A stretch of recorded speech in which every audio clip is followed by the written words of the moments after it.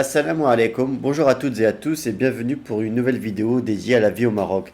Cette semaine, on refait un petit tour d'actualité du pays où on va aborder plusieurs thèmes dont la nouvelle inflation qui a lieu au Maroc, l'état d'urgence sanitaire qui est prolongé, des réductions du débit d'eau qui sont à venir dans quasiment tout le territoire marocain, le tourisme qui repart à la hausse et enfin le taux de change qui explose pour ceux qui peuvent en profiter. Comme d'habitude, si vous aimez le contenu de ces vidéos et que vous souhaitez ne rien rater sur la vie au Maroc, n'hésitez pas à vous abonner à la chaîne et à laisser un petit pouce en l'air, ça nous soutient énormément. Alors j'avais déjà fait une vidéo en partie sur l'inflation alimentaire et notamment également sur le carburant qui continuait à augmenter au Maroc. Malheureusement cette tendance se confirme et continue sa progression puisque l'indice des prix à la consommation a enregistré une hausse de plus de 8% au mois d'octobre et continue encore une fois au mois de novembre. Donc ça concerne bien sûr les produits alimentaires mais également les produits non alimentaires, les matières premières, etc. etc. Les carburants notamment, les hauts diesel, essence. Alors il faut savoir que tous les produits qui sont subventionnés, comme le pain par exemple, n'augmentent pas au Maroc. Le prix ne change pas énormément.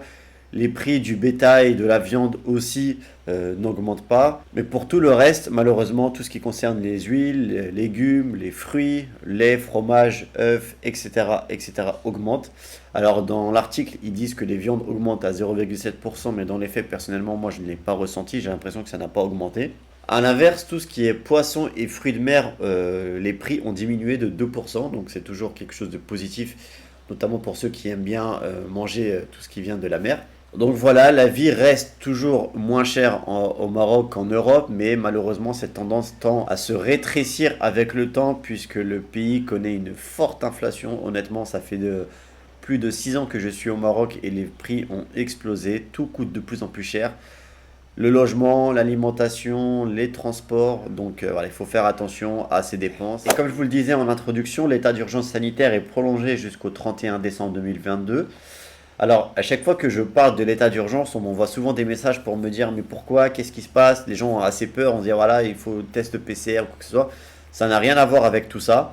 En fait, l'état d'urgence sanitaire, elle permet en fait une certaine souplesse au gouvernement pour réagir au niveau des lois et au niveau des mesures s'il y a une nouvelle épidémie, s'il y a un nouveau risque majeur pour le pays, de pouvoir construire plus rapidement des masques, commander plus rapidement des tests sans avoir à repasser par des lois. Donc voilà, l'état d'urgence sanitaire permet d'être plus rapide et du coup, c'est prolongé jusqu'au 31 décembre 2022. Donc là, l'article parle que c'est dans le cadre de la lutte contre la propagation du Covid-19.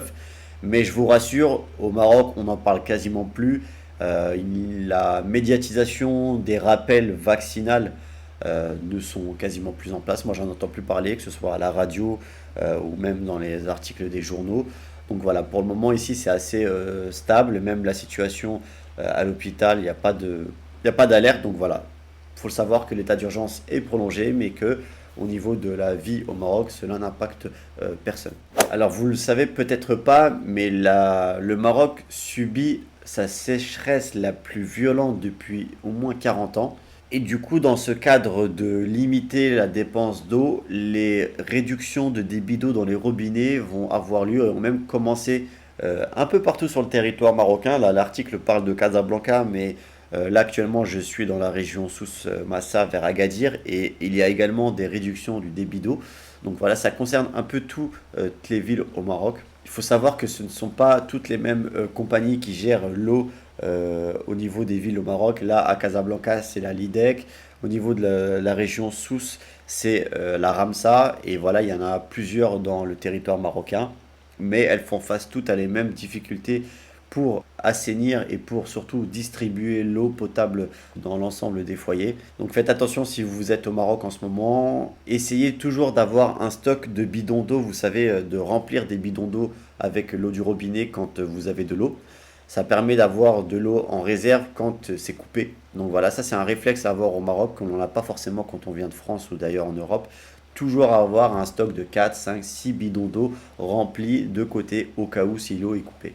Puisqu'il n'y a pas que des mauvaises nouvelles dans l'actualité du Maroc, il y a le tourisme qui explose, toutes les réservations pour la fin d'année Et beaucoup qui souhaitent passer, pour certains, les fêtes de fin d'année ou juste passer des vacances au Maroc réservent durant cette période leur billet pour le royaume. Et comme je vous le disais tout à l'heure par rapport à l'état d'urgence sanitaire, le secteur vraiment reprend son souffle, reprend une activité normale depuis la dernière pandémie qui est passée. Et on revient en fait à un niveau assez normal de tourisme, au niveau du tourisme, que ce soit pour les restaurants, pour les cafés, pour les hôtels, pour les taxis également, parce qu'en fait on ne parle pas assez des taxis quand il y a une baisse du tourisme, mais les taxis souffrent aussi de la baisse du tourisme. Plus il y a de touristes et plus les taxis, et notamment les petits taxis, travaillent. Donc voilà, en fait, c'est pour toute l'économie du Maroc que cela a un effet positif. Et du coup, cette fin d'année s'annonce assez chargée pour les villes marocaines. C'est une bonne chose pour la santé financière et économique du pays. Et d'ailleurs, dites-moi, peut-être que vous regardez la vidéo de l'étranger. Est-ce que vous êtes déjà venu au Maroc passer l'hiver ici? Parce qu'on sait que l'hiver est assez doux au Maroc comparé en Europe. Donc voilà, faites-moi part en commentaire de vos expériences hivernales au Maroc. Alors on continue plutôt côté des bonnes nouvelles au Maroc. Vous savez que les voitures au Maroc coûtent extrêmement cher. Elles sont bien plus chères qu'en Europe et surtout en France. Et en fait, cela a une raison, c'est qu'il n'y a pas de voitures marocaines, de marque marocaine. Toutes les voitures, et même s'il y a beaucoup de voitures qui sont construites et montées au Maroc, elles sont ensuite envoyées en Europe et nous, en fait, on les paye beaucoup plus cher. Il y a une marque de voitures 100% marocaine qui devrait arriver sur le marché et c'est une excellente nouvelle. La toute première voiture 100% marocaine devrait arriver en 2023. Elle s'appelle Neo et en fait, elle devrait être beaucoup moins chère que les autres véhicules. Donc là, l'article nous dit que la voiture a déjà subi tous les tests statiques et dynamiques avec succès, toutes les validations pour être certifiée et pour pouvoir être vendue. C'est une voiture de motorisation essence, donc voilà, elle sera petite, pas très encombrante et surélevée, donc c'est plutôt bon à savoir. Elle sera commercialisée à 170 000 dirhams chez le concessionnaire. Donc il faut penser qu'après, au niveau du marché de l'occasion, ça devrait baisser énormément, ça devrait permettre d'avoir des prix assez corrects. Et il y a une autre voiture, une autre marque marocaine qui devrait voir le jour dans le futur, c'est la marque Namix, qui est une voiture 100% hydrogène vert, qui est conçue par un franco-marocain Fawzi Anaja, et qui devrait voir le jour également. C'est une excellente nouvelle pour tout le marché marocain de l'automobile parce que honnêtement, quand on vient vivre au Maroc et qu'on veut acheter une voiture, c'est extrêmement compliqué, tout est cher et parfois pour des voitures pas de très bonne qualité et le fait d'avoir des voitures de marque marocaine qui voient le jour, ça va permettre d'améliorer les prix sur le marché de l'automobile. Petit point sur le taux de change de l'euro vers le dirham marocain. J'avais fait une vidéo il y a quelques temps pour vous en parler. Le taux est au plus haut depuis quelques temps. Il faut en profiter. 1 euro équivaut à 11 dirhams, 11 en ce moment. On peut voir sur la courbe que dans les 6 derniers mois, on a atteint en fait la valeur la plus haute. En fait, l'euro remonte et le dirham rebaisse, ce qui fait qu'on en profite énormément quand on change de l'euro. Il faut en profiter parce que quand vous allez arriver vers l'été, les prix vont, enfin le taux va énormément diminuer.